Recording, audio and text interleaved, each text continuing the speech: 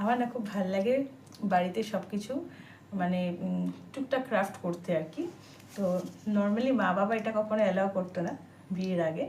তো বিয়ের পরে থ্যাঙ্কফুলি আমার হাজব্যান্ড মানে অভিষেক এটা অ্যালাউ করে।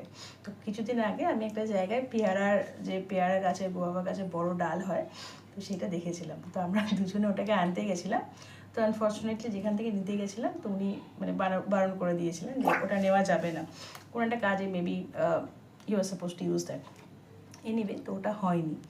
তো তখন আমরা বাড়িতেই পেয়ারা গাছ আছে, তো ওখানে যেই কিছু কিছু গাছের এরকম মোটা ব্রাঞ্চেস হয় যেগুলোতে সেরকম লিভস হয় না, গ্রো করে না। তো আমরা গার্ডেনারকে দিয়ে ওটাকে কাটিয়েছিলাম, ঠিক আছে, কাটিয়ে বাড়িতে ওয়াশ টোয়াশ করেছিলাম, পরিষ্কার টরিষ্কার করেছিলাম। বাবা তো অবভিয়াসলি খুব রেগে গেছিলো, কারণ বাড়িতে রাখা যাবে না।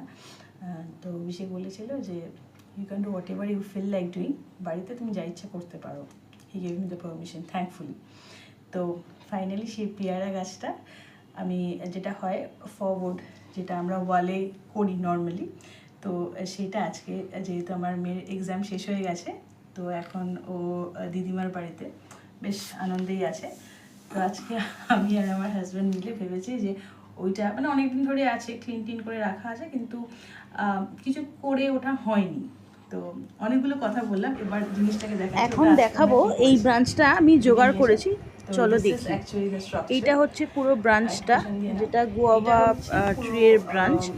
এটাকে আমরা ওয়ালে ফিক্স করেছি, কিছুটা পুট্টি মিক্সচার আর কিছুটা আমাদের হোয়াইট সিমেন্ট দিয়ে। উপরে যেটা দেখছো ওটা একটা বাস্কেট, নর্মাল আমাদের যে ব্যাম্বু বাস্কেট হয় ওটাকে উল্টে রেখেছি।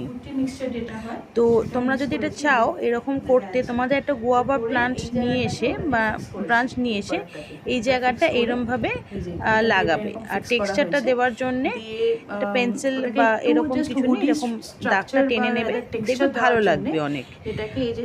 আমি তোমাদের দেখাচ্ছি, এই যে পেন্সিলটা নিয়ে জাস্ট ভীষণ সিম্পল, জাস্ট একটা এরকম লম্বা লম্বা করে টেনে নিলেই দেখবে আমাদের একটু উড স্ট্রাকচার টাইপের একটা ভালো টেক্সচার আসবে।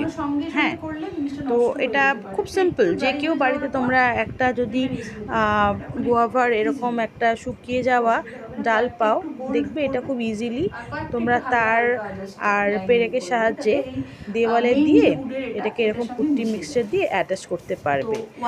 যেই জায়গাগুলো ধরো লেগে আছে ওয়ালের সঙ্গে, সেই জায়গাগুলোতে তোমাদের একটু মিক্সচারটা এরমভাবে দিতে হবে।